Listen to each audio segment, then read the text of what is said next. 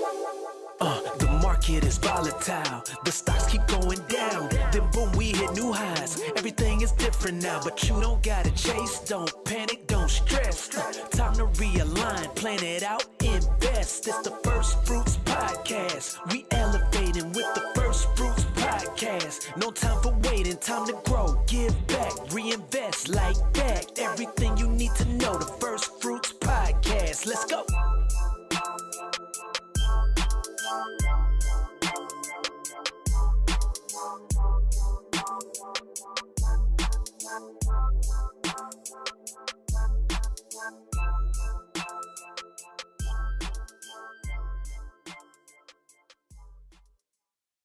Man, welcome to another episode of the First Fruit Stock Club.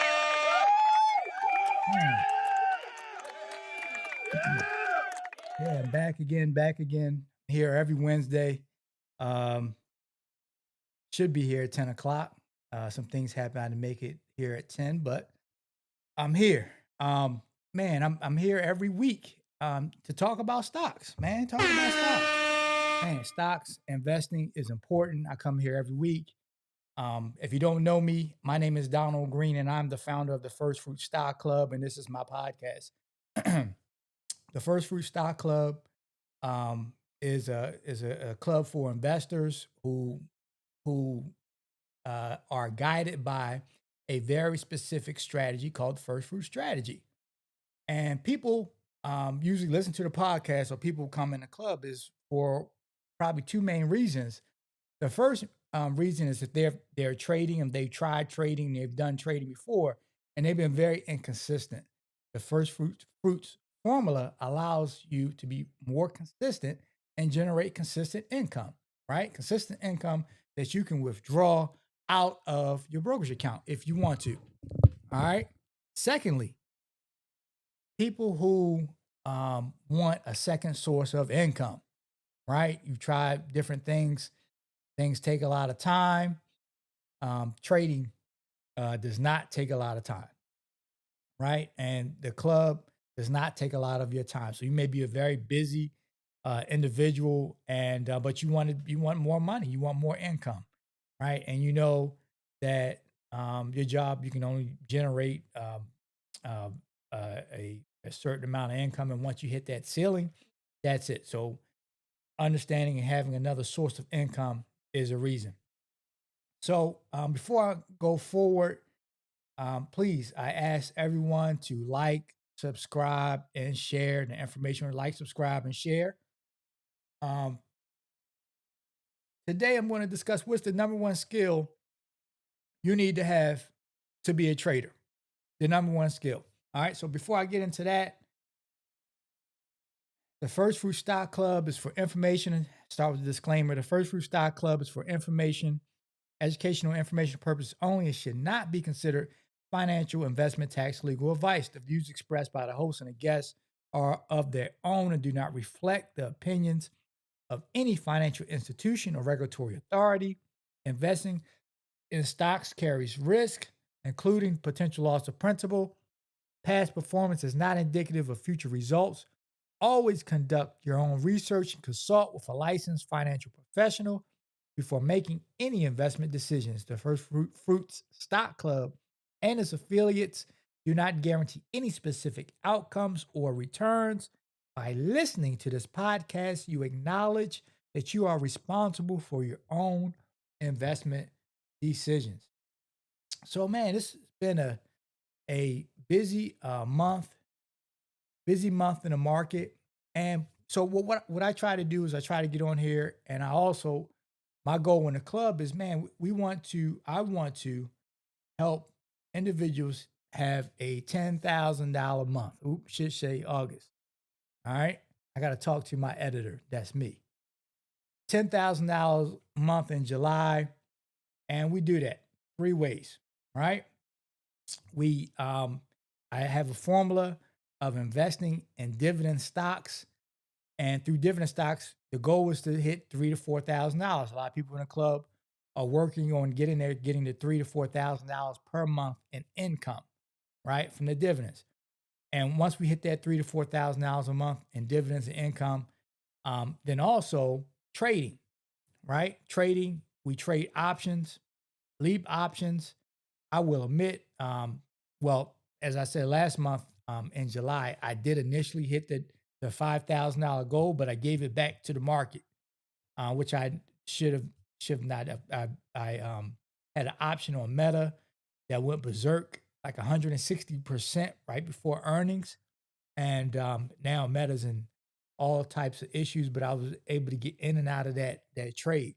But um, did what I shouldn't have done and gave the money back to the market.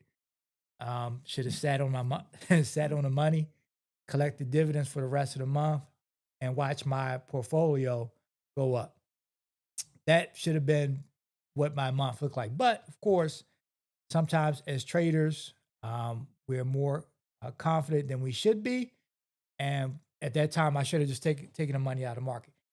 July, the rest of July beat me up. August is very, very inconsistent. This has been a tough month, tough time trading. But the great thing about us and my formula is that we get a chance to start over every week or every month, right? Dividends usually paid on a weekly basis. So if I have a bad trade, guess what? I have dividends coming in, giving me more money to start over to replenish my account, and so I can put more options in. All right. And right now, what I'm talking about the club is being very defensive right now, and I'll show you what I mean. Being very defensive. So what we have to do as traders and as investors, if you're new, is we have to have a market map, right? A market map allows us to uh, identify where we are, right? And where we're trying to go. We're trying to hit that $10,000 market. And what happens is there's obstacles in our way. First obstacle was CPI, this, the Consumer Price Index, which um, looks at the prices of goods. And what happens is they reported, and it went pretty well today because there were no really surprises about CPI, right? CPI is important because if consumer prices go up, guess what? The Federal Reserve say, "Oh, we need to increase interest rates."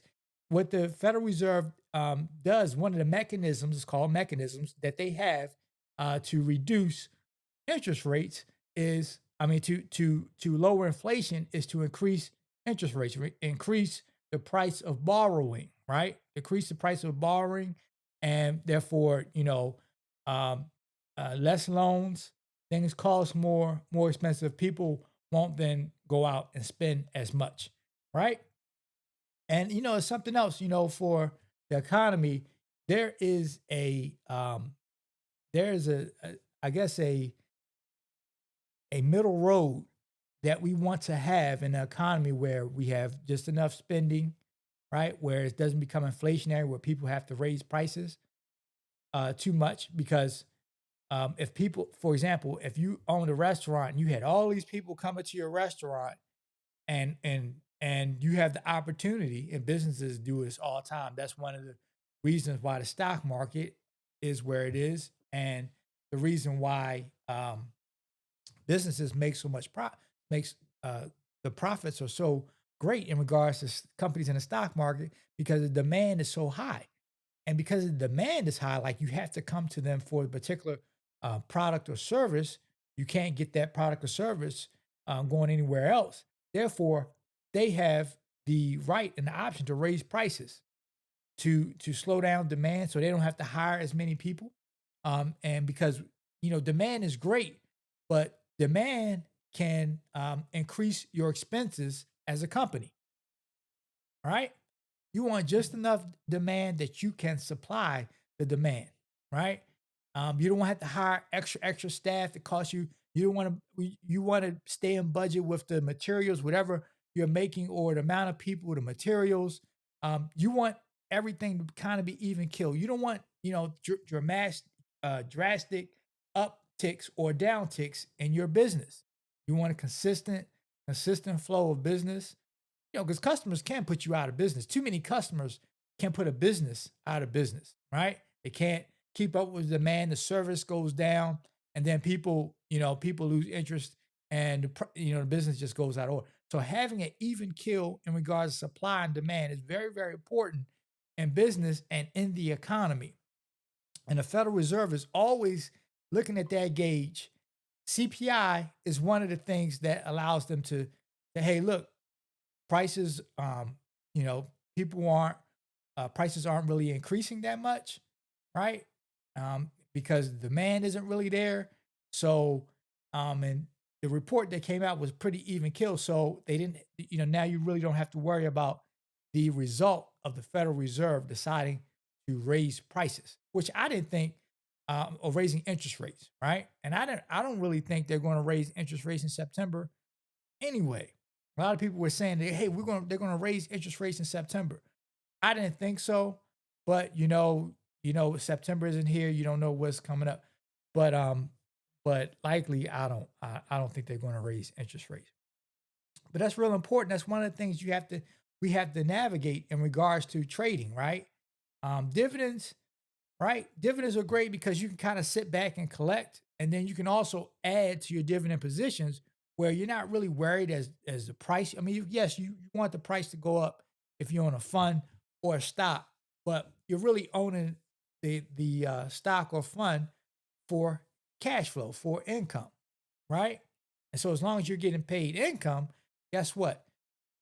That you're really okay with that. So this is the type of market where you can just, collect income, collect extra checks that will be deposited into your brokerage account and sit and wait for opportunities for better investments. I'm in a trade right now, Apple trade, and I'll bring it up next week. And we started out plus 30. I should have took my money off the table, but I did not. And now we're down 30. Like that. But it's so what I talk about in the club is we have opening positions. Opening positions is we have a few contracts and we test the position out. And from my experience, if a position is going to go positive, meaning the price you pay for your contract, you're going to be able to get 50, 60, 70, 80%. It usually happens right away, right? It starts having small gains. But if a contract usually turns negative right away, that's my indication that I put the trade in. It may have been a great idea, but the wrong time, or the reverse, right? So therefore, we have to be caution and putting in smaller trades. And I just what I call my club is an opening trade. Hey, I'm telling everybody, look, I'm in the chat. I'm building an opening position in this. Opening position means a few contracts. I'm letting everybody, hey, let me see how it goes. If it's going well and I feel like it's building up momentum, that's when I give the information to the club. Hey, this is moving. Like initially with Facebook, with Meta, the it initially like the day after went up like 130%. It's crazy. Went up 130%. And I wanted the club to get in it, but then the next day went down. And I was like, man, this is crazy. Like 2 days. But then right before the earnings report, the stock went up again with this report about Meta looking into getting into uh, the business of lending out its uh, what is it? Gosh, can't think of the name. Memory. Lending out access to his memory. So we'll with Meta. I mean that it turned out great, but I guess every trade is different. But usually, from my experience, they will if it's a great trade, it'll be a great trade from the beginning. Now, some trades have gone down, right, and have come back and just give you like basically you're on a ride. That happens. But the last 2 months been really hard in regards to that $5,000 portion. Trying to hit that goal. Really, I hit it last month, but I gave it back. But this month, just starting out, I really haven't had too many things that I've had interest in to trade. So I'm kind of taking a defensive stance in the market right now. All right. So when I look at the market, I'm looking at four environments: risk off, risk on, and that's really market structure, right? Really market structure. Are the stocks hitting higher highs or lower lows, right? And my the the I guess the verbiage that I use is a little bit different, but it's basically is the market hitting, if it's risk on, the market is hitting higher highs and higher lows. Now, if it's risk off, it means lower lows, right, and lower highs.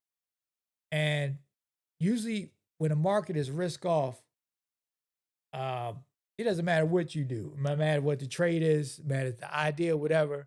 Everybody's selling, right? Which is, if we can judge when that will end, then that becomes a great time for us to enter other trades in the market, right? That proves great for us. So what I like to do is I like to look at the SPY, the S&P 500, and I judge the SPY. And right now we're kind of in. I think we're in this range. I think we're in.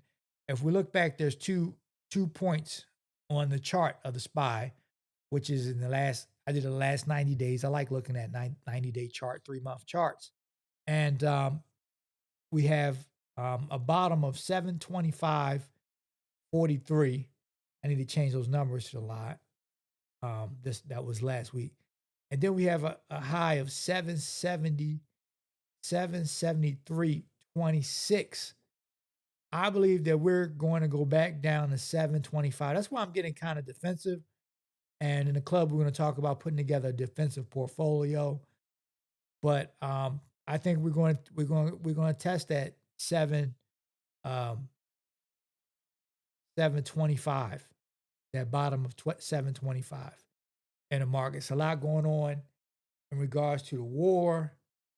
Um, just this is just one of those environments, kind of a undecided, undecided to more risk on. I don't see a whole lot of support in the market to support it to go higher. I think that that's why I think that we in the SP 500, the SPY, we could hit that low. All right, we could hit that, get hit down to that 725. So as I discuss, and what I wanted to discuss today is that, man, is is the best, right? The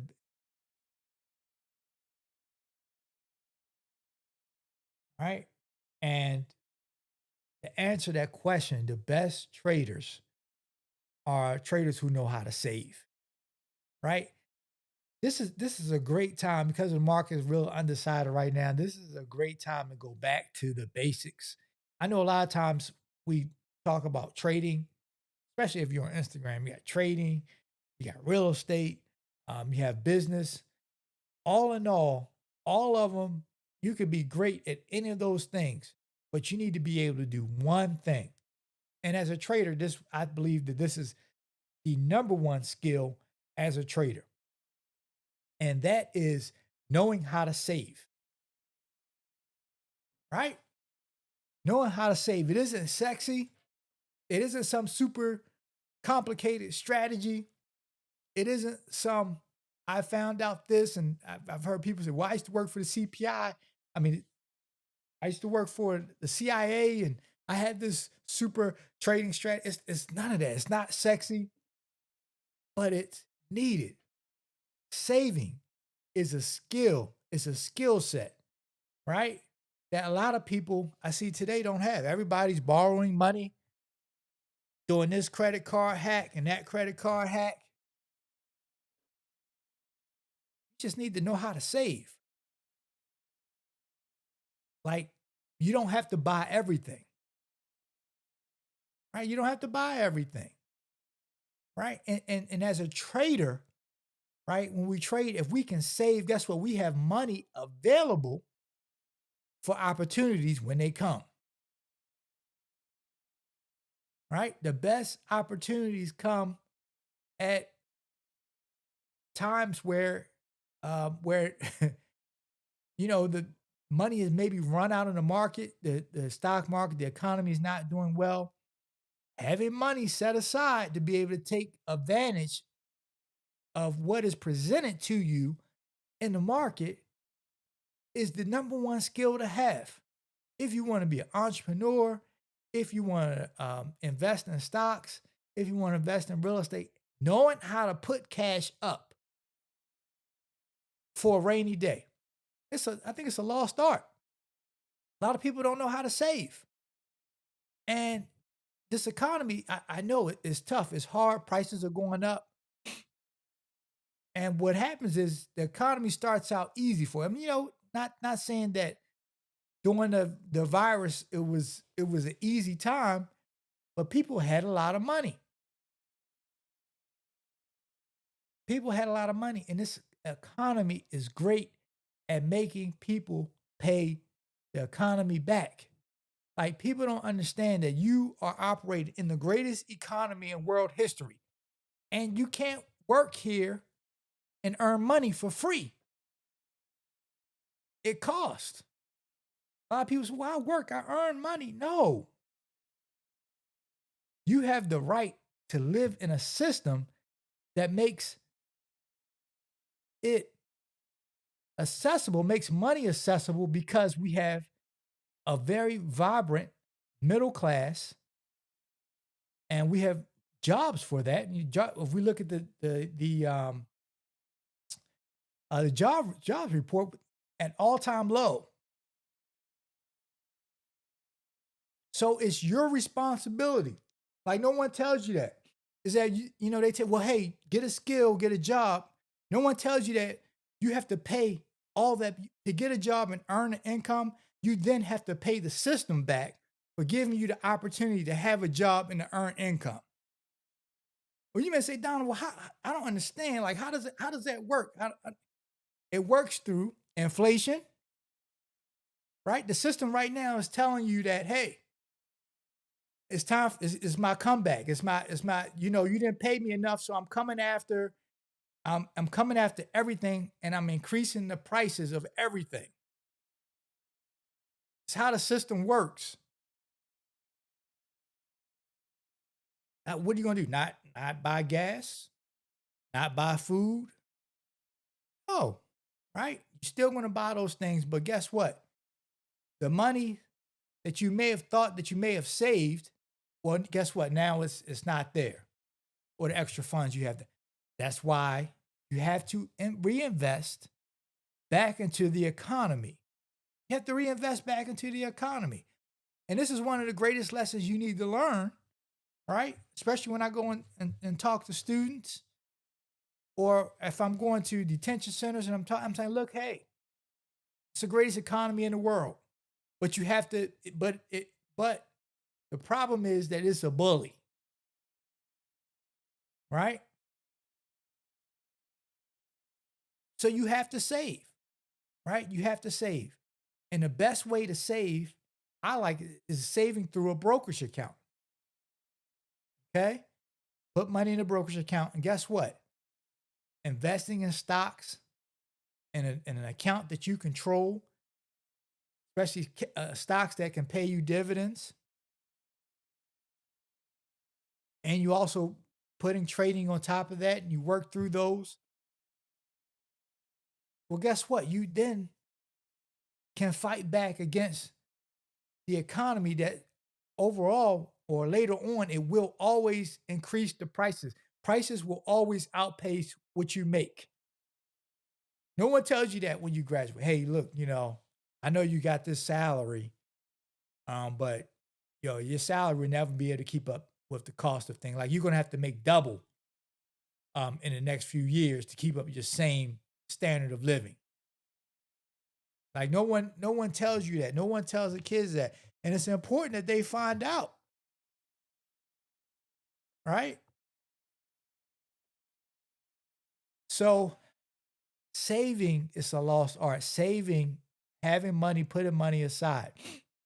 So how do we do it? If prices are high, man, I started, I didn't know about saving. I thought I could spend whatever I have and that's why I developed the club, the First Fruit Stock Club, right? And the basis of the club is your first fruits. The first dollars you earn are used to fight back against the economy. That's what it's used. It's used to fight back against the economy, right? And it does you fight the economy back by one, by investing to outpace inflation, by giving, right? To have an abundance mindset, giving a portion of your income away. All right. And not only does giving a portion of income away, guess what? You get a tax break for giving. Because yes, taxes are coming for you.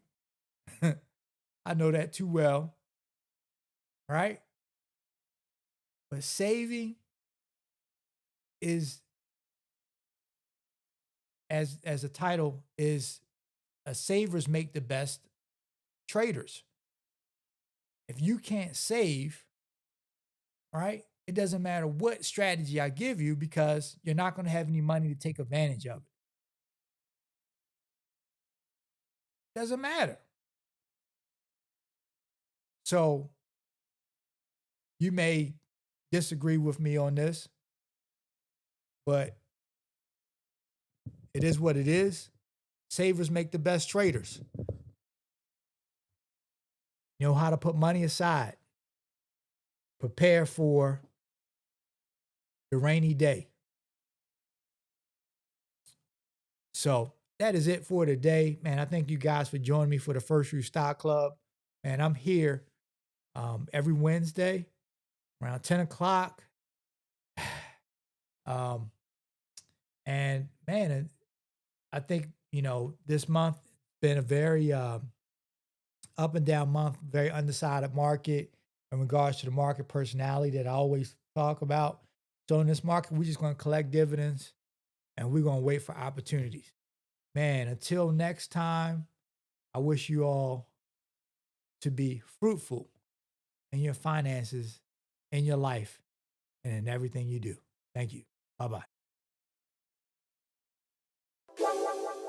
The market is volatile. The stocks keep going down. Then boom, we hit new highs. Everything is different now, but you don't gotta chase. Don't panic, don't stress.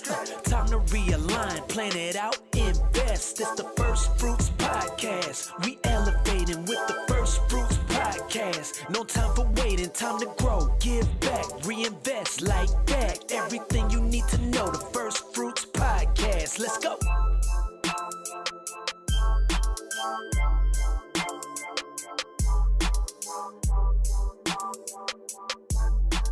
Wow.